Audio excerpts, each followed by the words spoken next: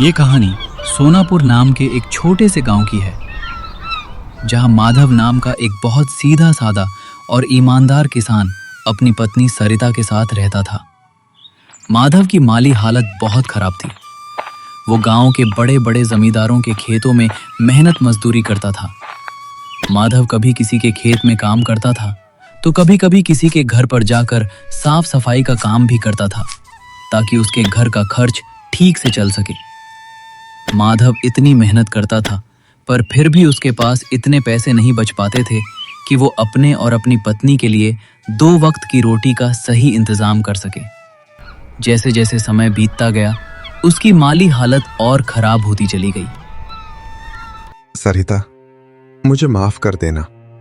मेरी वजह से तुम्हें भी इतनी परेशानियों का सामना करना पड़ रहा है। नहीं जी, आप ऐसे क्यों बोल रहे हो?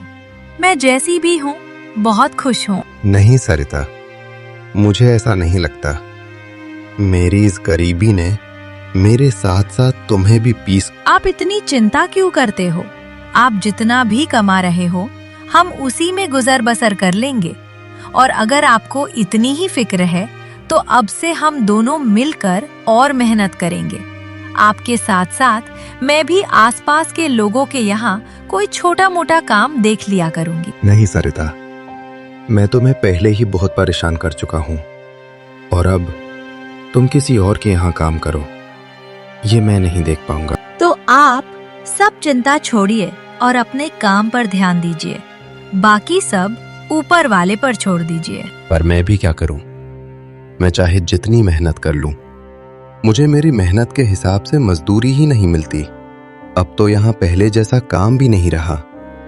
सरिता, मैं सोच रहा हूँ कि शहर जाकर काम करूं। अगर आप शहर चले जाओगे तो मैं यहाँ अकेली कैसे रहूंगी?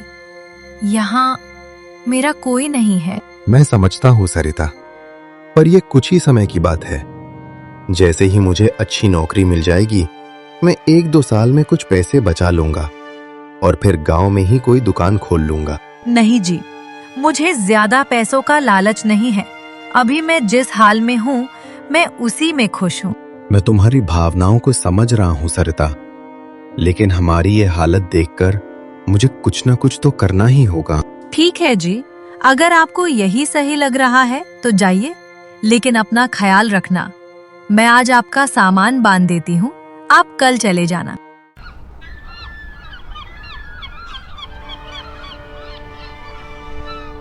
अगले दिन माधव अपने सामान की बैग लेकर शहर की ओर चल पड़ता है।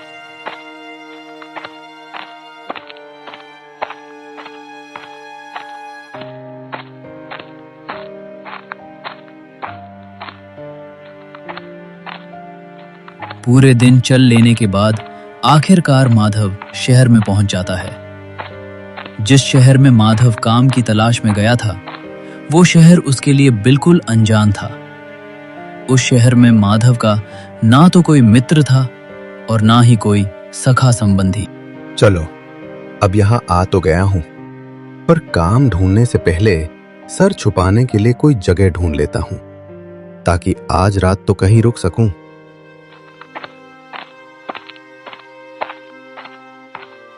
माधव सबसे पहले आसपास में दिख रहे होटलों में जाकर वहां रहने के लिए बात करने जाता है, पर वो वहां से हताश होकर बाहर आ जाता है, क्योंकि माधव के पास इतने पैसे नहीं थे कि वो वहां का किराया दे सके।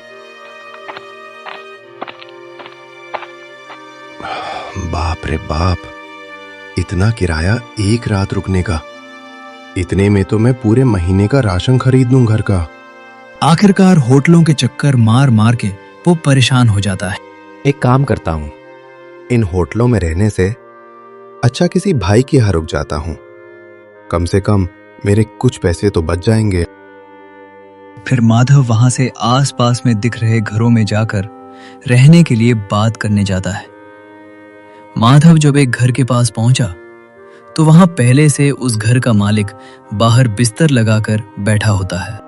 भाई, मैं बहुत दूर गांव से आया हूँ और अब शाम होने वाली है और मुझे रात बिताने के लिए थोड़ी जगह चाहिए। अगर आप मुझे रात भर रुकने के लिए अपने घर में थोड़ी जगह दे देंगे तो बहुत मेहरबानी होगी। तुम गांव से आए हो या कहीं और से, मुझे इससे कोई फर्क नहीं पड़ता है। मैं तुम्हें जानता पहचानता नहीं हूं तो मैं तुम्हें अपने घर में कैसे ठहरा सकता हूं? बहुत से लोग शहर में काम करने आते हैं, तुम कोई नए नहीं हो। जाओ और अपना ठिकाना कहीं और ढूंढो। माधव को उस व्यक्ति की बातें बहुत बुरी लगती हैं, पर वो उसे बिना कुछ कहे वहां से चला जाता है। थोड़ी देर चलते चलते वो एक दूसरे घर के पास पहुंच जाता है, जहां एक महिला बैठी होती है। बहन, मैं बहुत दूर से आया हूँ काम की तलाश में, पर अब कुछ ही देर में रात हो जाएगी, तो आज रात को रुकने के लिए जगह तलाश कर रहा हूँ। क्या मैं आपके यहाँ आज रात रुक सकता हूँ? क्या भाई, मैं आपकी मजबूरी समझ सकती हूँ, पर मेरे घर में केवल मैं और मेरी बेटी रहती है, तो मैं ऐसे ही किसी पराये मर्द को अपने घर में नहीं रुका सकती हूँ। मुझे माफ कर दीजिए। अरे कोई बात नहीं है बहन, आपकी मदद के लिए धन्यवाद। माधव वहां से भी निराश होकर अपने लिए दूसरे घर की तलाश में निकल जाता है। माधव कई घरों में जाता है, लेकिन हर कोई उसे अपने घर में ठहराने से मना कर देता है। ये सब देखकर माधव बहुत ही निराश हो जाता है। फिर सोचने लगता है, इस शहर में कोई भी मुझे अपने घर में ठहराने के लिए तैयार ही नहीं है। अब मैं रात में कहाँ जाऊं? मेरी तो कुछ समझ में ही नहीं आ रहा। जब इस शहर में मुझे रुकने के लिए कोई घर ही नहीं मिल रहा, तो मुझे इस शहर में काम कैसे मिलेगा? माधव ये सब सोच ही रहा था, तभी उसकी नजर पास वाली एक झोपड़ी पर पड़ती है। माधव फौरन उस घर के पास चला जाता है।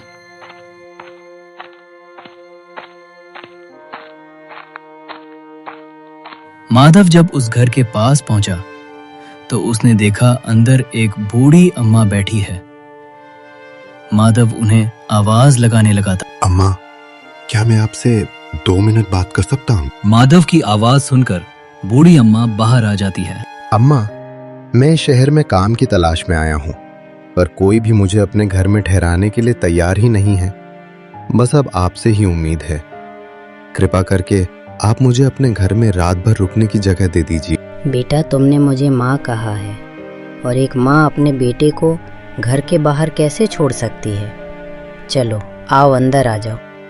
माधव उस बूढ़ी अम्मा के साथ घर के अंदर चला जाता है। फिर वो अम्मा माधव से कहती है, बेटा, तुम इसे अपना ही घर समझो। तुम जब तक चाहो तब तक यहाँ रह सकते हो। अम्मा, इस घर में आप अकेले रहते हो? क्या आपके परिवार के बाकी लोग आपके साथ नहीं रहते हैं? क्या? बेटा, मेरे परिवार में कोई नहीं है। मेरे पति तो कई साल पहले ही मुझे छोड़कर जा चुके हैं, और एक लड़का था, वह भी विदेश में जाकर रहता है। इस घर में मैं अकेली रहती हूँ।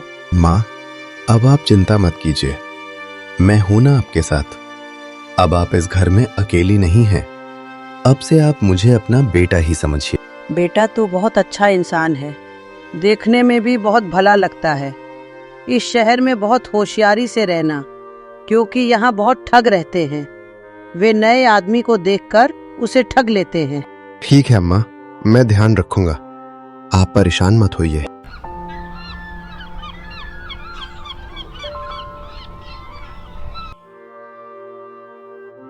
बेटा, वैसे तुमने कोई काम देखा है या देखना बाकी है? अम्मा, मैं कल शहर में नौकरी ढूंढने जाऊंगा, और हो सकेगा तो आपके घर के आसपास में ही किराए पर घर ले लूंगा, ताकि आपके आसपास रहकर आपकी देखभाल कर सकूं। नहीं बेटा, तुम्हें किराया पर दूसरा घर लेने की जरूरत नहीं है। तुम जब तक चाहो मेरे इस घर में रह सकते हो, क्योंकि तुम रहोगे तो कम से कम मुझे ऐसा लगेगा मेरा बेटा मेरे पास है। हाँ अम्मा, ये तो बहुत अच्छा रहेगा, पर मैं एक शर्त पर आपके घर पर रुकूंगा कि मैं जो किराया किसी और को देने वाला था, वो मैं आपको दूंगा। ठीक है बेटा, चलेगा। फिर क्या था, माधव अम्मा के साथ उनके घर पर रुक जाता है, और आज की रात वो उनके यहाँ खाना वगैरह खाकर सो जाता है।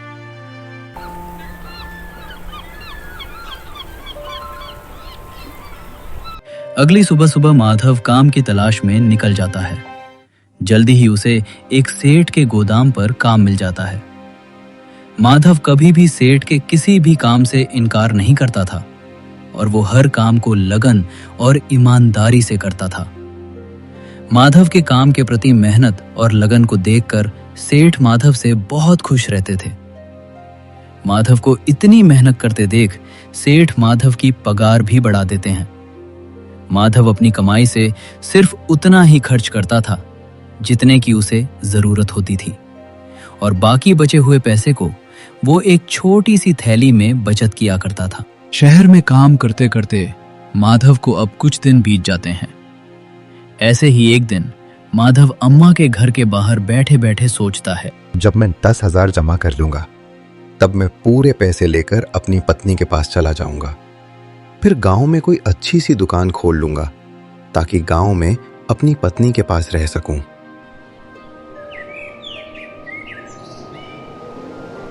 ऐसे ही देखते देखते 2 साल बीत जाते हैं। माधव बहुत मेहनत करता है और थोड़ा थोड़ा करते करते 10,000 जमा कर लेता है। एक गरीब आदमी के लिए 10,000 बहुत बड़ी कीमत होती है। इसीलिए माधव अम्मा से कहता है, अम्मा, अब मेरे पास पूरे 10,000 हो गए हैं। अब मुझे चिंता हो रही है और अब किसी कारण ये रुपए कहीं खो गए या फिर किसी ने छीन लिए तो बड़ा ही अनर्थ हो जाएगा।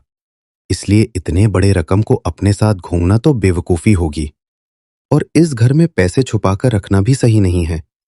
क्या पता मुझे कोई पैसे छुपाते देख ले और बाद में पैसे चुरा कर ले जाए, तो फिर मुझे तो खाली हाथ ही घर लौटना पड़ेगा।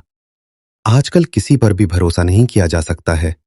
बहुत ही बदमाश और बुरे लोग रहते हैं इस शहर में। इसलिए अब मुझे अपने घर चले जाना चाहिए। बेटा तू सही कह रहा है, लेकिन बेटा तू इतनी जल्दी अपने गांव क्यों जा रहा है?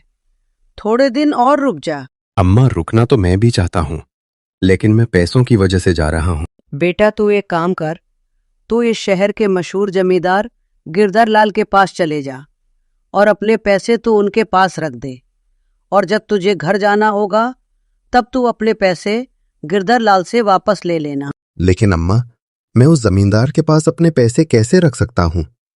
क्या पता कल के समय पर वो पैसे देने से मना कर दे तो। बेटा गिरधर लाल बहुत ही ईमानदार और नेक आदमी है। तुम बेफिक्र होकर अपने पैसे उसे दे सकते हो। शहर में ऐसे बहुत से लोग हैं जो अपने पैसे उसके पास रखते हैं।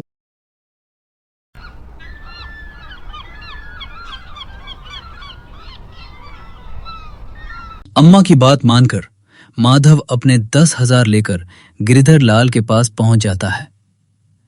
जमींदार अपने सामने नए आदमी को देखकर बोला, कौन हो भाई तुम, और तुम यहाँ क्यों आए हो?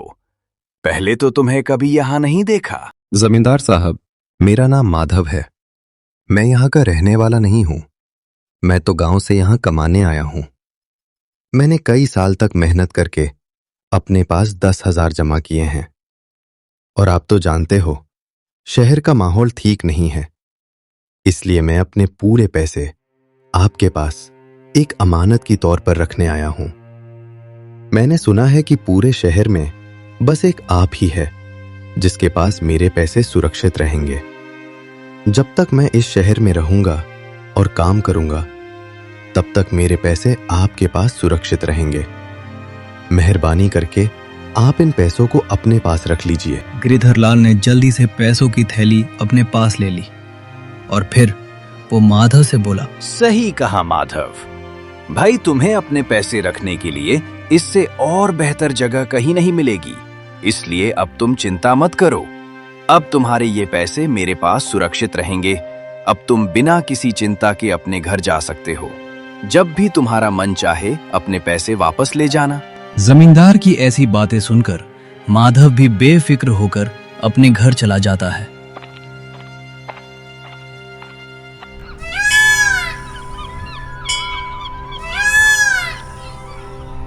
फिर कुछ समय और बीत जाता है। देखते देखते और 1 साल निकल जाता है। माधव अपने काम में मग्न रहता है। ऐसे ही एक दिन माधव जब पलंग पर बैठा हुआ था, तभी उसे उसकी पत्नी गौरी की बहुत याद आने लगती है। अब बहुत समय हो गया है। देखते देखते 3 साल गुजर गए। अब तो मुझे गौरी के पास जाना ही होगा। अब जब माधव अपनी पत्नी के पास जाने का निश्चय करता है तो वो सबसे पहले अम्मा को सारी बात बताने चला जाता है। अम्मा, बहुत समय बीत गया है। अब मैं सोच रहा हूं गौरी के पास चला जाऊं। मैं तो उसे कहकर आया था 1-2 साल में आ जाऊंगा, पर अब मुझे यहाँ कमाते कमाते 3 साल हो गए हैं। ठीक है बेटा, जैसा तुमको सही लगे।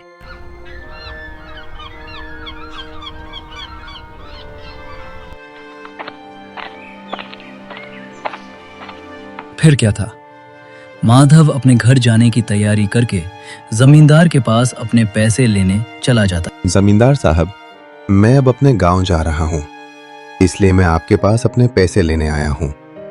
कृपा करके आप मेरे पैसे मुझे लौटा दीजिए। तुम किस पैसे की बात कर रहे हो भाई? तुमने कब मुझे पैसे दिए थे? जमींदार की ये बात सुनकर माधव के होश उड़ जाते हैं। साहब, मैंने कुछ समय पहले ही तो आपके पास 10,000 रुपए अमानत की तौर पर रखे थे। अरे इतनी बड़ी रकम है जो तुम्हारे 7 पीढ़ियों ने भी देखी नहीं होगी। वैसे तुम्हारे पास कहां से इतने पैसे आ गए? और तुम्हारे पास क्या सबूत है कि तुमने मुझे 10,000 रुपया दिए थे? साहब, मेरे पास कोई सबूत तो नहीं है, पर लोग कहते हैं कि आप बहुत ईमानदार हो, इसलिए मैंने पैसे देते वक्त आपसे कोई प्रमाण नहीं लिया था। माधव जमींदार को अपने 10,000 रुपए की याद दिलाने की बहुत कोशिश करता है, लेकिन जमींदार माधव की एक बात नहीं सुनता है।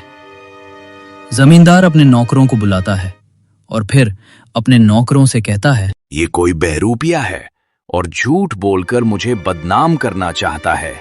इसे मेरे घर से धक्के मारकर बाहर निकाल दो और याद रहे ये दोबारा मेरे घर में ना घुस आए। आखिरकार जमींदार के नौकर माधव को उसके घर के बाहर निकाल देते हैं।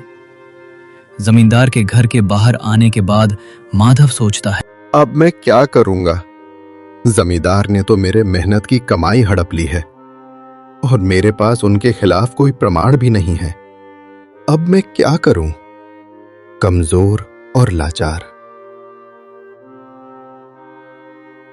कमजोर और लाचार माधव रोते हुए बूढ़ी अम्मा के घर की ओर चल पड़ा। बूढ़ी अम्मा के घर की तरफ जाते हुए माधव फिर से वही बात दोहराने लगा। हे भगवान, सालों की मेहनत, मेरी जमा पूंजी सब लुट गया। क्या सोचा था और क्या हो गया? उस बदमाश जमींदार ने मुझे कहीं का नहीं छोड़ा। हे भगवान, अब मैं क्या करूं? माधव दुखी मन से बूढ़ी अम्मा के घर लौट आता है। माधव को रोता हुआ देख बूढ़ी अम्मा माधव से पूछती हैं, क्या हुआ माधव बेटा, तू रो क्यों रहा है? तू तो गिरधर लाल जमींदार के पास अपने पैसे वापस लेने गया था ना? हाँ अम्मा, मैं बर्बाद हो गया। मेरी जमा पूंजी सब लूट गई। जमींदार गिरधर लाल ने मेरे पैसे वापस देने से इनकार कर दिया। पैसे मांगने पर उसने कहा, मैंने तुझे पहले कभी नहीं देखा है, तू मुझे पैसे देकर कब गया था? तू पक्का कोई बहरूपिया है जो झूठा आरोप लगाकर मुझे बदनाम करना चाहता है। और ऊपर से उसने अपने नौकरों को बुलवाकर मुझे धक्के मारकर घर से बाहर निकलवा दिया। माधव की सारी बातें सुनकर बूढ़ी अम्मा मायूस हो जाती हैं। माधव बेटा, मुझे माफ कर देना, ये सब मेरी वजह से हुआ है। मैंने ही तुझे तेरे बचत के पैसे जमींदार गिरधर लाल के पास रखने को कहा था। मुझे पता नहीं था गिरधर लाल इतना बड़ा बेईमान और धोखेबाज स्वभाव का है। लोग तो उसके ईमानदारी के गुण गाया करते थे। अम्मा, आप अपने आप को दोष मत दो, इसमें आपकी कोई गलती नहीं है। आपने तो मेरे अच्छे के लिए ही कहा था, मगर होना तो वही था जो भगवान को मंजूर था। अब मैं कुछ नहीं कर पाऊंगा। लेकिन बेटा, अब तो क्या करेगा? उस बेईमान जमींदार से अपने पैसे वापस कैसे लेगा? अम्मा, मैं कुछ नहीं कर पाऊंगा। अब मुझे खाली हाथ ही अपने घर लौटना होगा। बूढ़ी अम्मा और माधव आपस में बात कर ही रहे होते हैं, तभी वहां अम्मा के बगल में रहने वाली लक्ष्मी नाम की औरत आती है। वो दोनों को उदास देखकर पूछती है, क्या बात है माधव भाई, आप और अम्मा दोनों इतने उदास क्यों दिखाई दे रहे हो? लक्ष्मी बहन, मेरे साथ बहुत बड़ा धोखा हुआ है। मैंने कई साल दिन रात मेहनत करके 10,000 रुपए जमा किए थे। पैसे जमा करने के लिए मैंने ना कभी पेट भर खाना खाया और ना कभी पूरी नींद ली। फिर माधव ने लक्ष्मी को सारी बात बताई कि किस तरह जमींदार ने माधव को धोखा देकर उसके सारे पैसे ठग लिए। बेटी, लोग कहते हैं कि जमींदार गिरधर लाल बहुत ही नेक और ईमानदार आदमी है। यही सोचकर मैंने माधव को उसके सारे पैसे उसके यहाँ रखने कहा था और माधव भी मेरी बातों में आकर उसके पास अपने पैसे रखा आया था। अम्मा, आप दोनों परेशान मत होइए। मेरे पास एक तरकीब है। अगर ये तरकीब काम कर गई तो माधव भाई को उनके पैसे भी वापस मिल जाएंगे और जमींदार की अक्ल भी ठिकाने आ जाएगी। फिर लक्ष्मी बूढ़ी अम्मा से एक संदूक मांगती है। बूढ़ी अम्मा भी लक्ष्मी के कहे अनुसार एक बड़ा पुराना संदूक लाकर उसके सामने रख देती है। बूढ़ी अम्मा से संदूक लेकर लक्ष्मी कहती है, अम्मा, अब मैं और माधव भैया उस जमींदार के पास जा रहे हैं, आप भी हमारे साथ चलो। लक्ष्मी अपने सर पर संदूक रखकर माधव और अम्मा के साथ उस बेईमान जमींदार गिरधर लाल के घर की तरफ चल देती है। जब जमींदार के घर की दूरी बहुत कम रह जाती है तो लक्ष्मी अम्मा से कहती है, अम्मा, आप यहीं रहकर हमारा इंतजार कीजिए। जब तक जमींदार माधव भैया के पैसे ना दे दे तब तक आप अंदर मत आइएगा। जैसे ही जमींदार माधव भैया के पैसे दे देगा तब भैया आपके पास आ जाएंगे। फिर थोड़ी देर में आप अंदर आ जाना और मुझे कहना, बहू, मेरा बेटा व्यापार करके घर आ गया है और वो तुम्हें बुला रहा है, जल्दी चलो। ठीक है बेटी, मैं ऐसा ही करूंगी। फिर लक्ष्मी और माधव दोनों जमींदार के घर के बाहर पहुंचकर रुक जाते हैं और लक्ष्मी माधव से कहती है, भैया, पहले मैं अंदर जाती हूँ, आप कुछ समय के बाद अंदर आ जाना। उसके बाद लक्ष्मी जमींदार के घर के अंदर पहुंच जाती है। जमींदार लक्ष्मी के पास इतने बड़े संदूक को देखकर सोचता है, इस औरत के पास संदूक तो काफी बड़ा लग रहा है। अगर ये मुझे मिल जाए तो मेरी तो चांदी ही चांदी हो जाएगी। बहन, आप यहाँ किस काम से आई हो और तुम्हारे पास इतना बड़ा संदूक है, उसमें क्या है? मैं चंदन व्यापारी की पत्नी हूँ। मेरे पति दूर दराज के देश में व्यापार करने गए हैं। वो न कई दिनों से घर लौटकर नहीं आए हैं। न जाने वो घर कब वापस आएंगे। और हमारे इलाके में चोरी की वारदात कुछ ज्यादा ही बढ़ गई है। आए दिन किसी न किसी के घर पर चोरी हो जाती है। इसीलिए मैं कई रातों से चैन की नींद नहीं सो पाई हूँ। मुझे हमेशा डर लगता है और यही चिंता लगी रहती है कि कहीं हमारे यहाँ चोरी ना हो जाए। इसलिए मैं ये संदूक आपके पास लाई हूँ। इस संदूक में हमारे जीवन भर की कमाई, रुपए, हीरे, जवाहरात और सोने चांदी है। मैं चाहती हूँ कि आप इसे अपने पास संभाल कर अच्छे से रखिए। जब मेरे पति व्यापार करके घर वापस आएंगे तब मैं ये संदूक आपके पास से ले जाऊंगी। संदूक को देखकर तो लगता है इस संदूक में कम से कम 7 से 8 लाख का सामान तो होगा। मैंने सुना है कि चंदन व्यापारी बहुत ही अमीर आदमी है। बहन, तुमने बहुत अच्छा किया जो अपना धन मेरे पास ले आई हो। तुम्हारा धन मैं अपने पास बहुत ही संभाल कर रखूंगा। तुम विश्वास करो, तुम्हारी दौलत मेरे पास बिल्कुल सुरक्षित रहेगी। जब कभी भी तुम अपना धन लेने मेरे पास आओगी, मैं तुम्हें तुम्हारा 1 रुपया सही सलामत वापस कर दूं।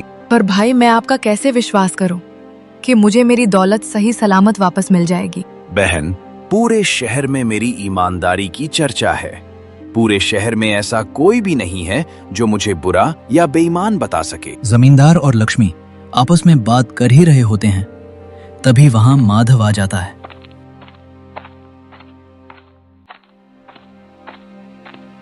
माधव को देखकर जमींदार बहुत ज्यादा खुश हो जाता है। ये आदमी बहुत सही समय पर आया है। अपनी ईमानदारी दिखाना का ये बहुत ही बढ़िया मौका है। मैं इस आदमी को इसके 10,000 रुपए लौटा दूंगा और इस औरत से इसका संदूक ले लूंगा।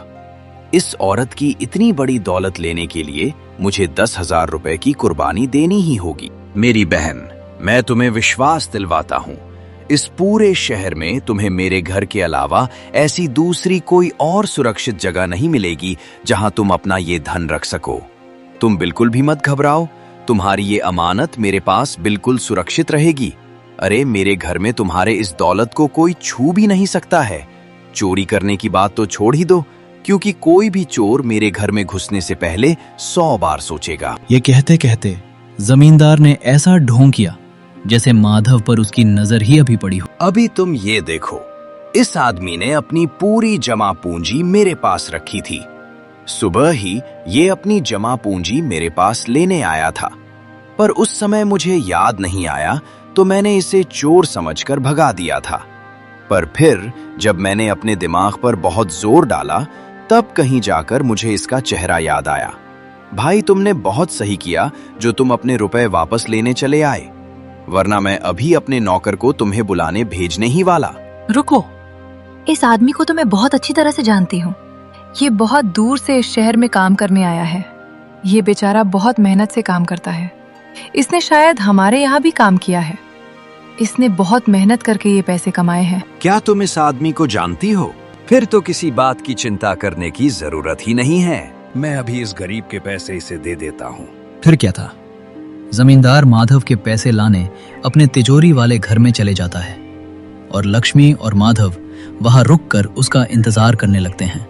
फिर कुछ समय में जमींदार माधव के 10,000 रुपए लाकर माधव को दे देता है। माधव तुरंत अपने पैसे लेकर जमींदार के घर से चलता बनता है। देखो बहन, मैंने इस गरीब आदमी के पैसे जैसे के तैसे सही सलामत इसे वापस कर दिए। अब तो तुम्हें मेरी ईमानदारी पर विश्वास हो गया होगा कि लोगों की दौलत मेरे पास एकदम सुरक्षित रहती है। जी बिल्कुल भाई साहब, मुझे आप पर पूरा विश्वास हो गया है कि आप बहुत ही नेक और ईमानदार आदमी हो। तो लाओ मुझे अपना ये संदूक दे दो और बेफिक्र होकर अपने घर चले जाओ। जमींदार लक्ष्मी से संदूक मांग ही रहा होता है कि उतने में बूढ़ी अम्मा जमींदार के घर में आ जाती हैं। बहुत जल्दी घर चलो, मेरा बेटा व्यापार करके घर लौट आया है और वो तुम्हें बुला रहा है। ये तो बहुत अच्छी बात है जो वो घर लौट आए। अब हमें कोई भी चिंता करने की जरूरत नहीं है। भाई साहब, अब आपको भी परेशानी उठाने की जरूरत नहीं है। मेरे पति अपने धन को खुद सुरक्षित रख लेंगे। फिर क्या था, लक्ष्मी ने संदूक उठाया और जमींदार के घर से चली गई। और ये सब देखकर जमींदार को गुस्से से आग बबूला हो गया। गुस्से के मारे उसका बहुत बुरा हाल था। वाह गिरधरलाल वाह, हाथ में आई दौलत लौटकर वापस चली गई। इस कमबख्त चंदन व्यापारी को अभी ही आना था, थोड़ी देर बाद नहीं आ सकता था। थोड़ी देर बाद आता तो उसका क्या बिगड़ जाता?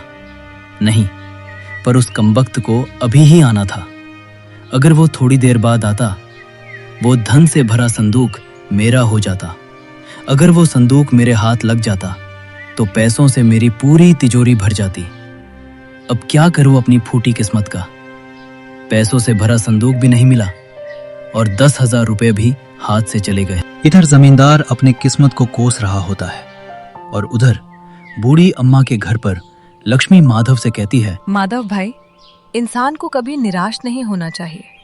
हमेशा ये बात याद रखनी चाहिए कि दुनिया में ऐसा कोई बेईमान और चालाक आदमी नहीं है जिसकी बेईमानी हमेशा सफल हो जाए। भाई, अब आप अपने घर जाइए और अपने परिवार के साथ एक सुखी जीवन बिताएं। बहुत भटक चुके इस अनजान इलाके में। फिर क्या था, लक्ष्मी माधव की बहुत बड़ी मदद करके अपने घर के लिए निकल जाती है। लक्ष्मी के जाने के बाद माधव भी बूढ़ी अम्मा से अपने घर जाने के लिए इजाजत मांगने लगता है। अम्मा, मुझे भी यहाँ से जाने की आज्ञा दो। आपका बहुत बहुत धन्यवाद जो इतने बड़े अनजान शहर में मुझ जैसे अनजान की मदद की और रहने के लिए छत दी। अम्मा, मैं आपका ये एहसान अपनी जिंदगी भर नहीं भूलूंगा। अरे इसमें एहसान की क्या बात है बेटा, तू भी तो मेरे बेटे जैसा है। तो मैंने तो बस एक माँ होने का फर्ज निभाया है। अब तुम अपने घर जाओ और हमेशा खुश रहो। मेरा आशीर्वाद हमेशा तुम्हारे साथ है। फिर क्या था, माधव अम्मा से उनका आशीर्वाद लेकर और उनको अलविदा कहकर अपने गांव के लिए निकल जाता है। माधव ने अपने बचत किए हुए पैसों से एक छोटी सी किराने की दुकान खोल ली थी, जिस कारण अब उसे किसी के यहाँ मजदूरी भी नहीं करनी पड़ती थी और वो अच्छा खासा कमा भी रहा था। और सबसे बड़ी बात, वो अपनी पत्नी के साथ साथ रह रहा था। दोस्तों, इस कहानी से हमें ये सीख मिलती है कि हमें कभी हार नहीं माननी चाहिए। अगर माधव भी हार मानकर अपने गांव लौट आता तो उसकी पूरी जमा पूंजी पर लालची गिरधर लाल मजा कर रहा होता, और तो और वो और भी भोले भाले लोगों को इसी तरह ठगता। पर लक्ष्मी की सूझबूझ और चतुराई ने माधव को उसके रुपए भी दिला दिए और लालची जमींदार को सबक भी सिखा दिया। अगर आपको हमारी मेहनत पसंद आई हो तो हमारे चैनल को सब्सक्राइब करना ना भूलें और बेल आइकन दबाएं ताकि नई कहानियों की नोटिफिकेशन सबसे पहले आपको मिले। धन्यवाद।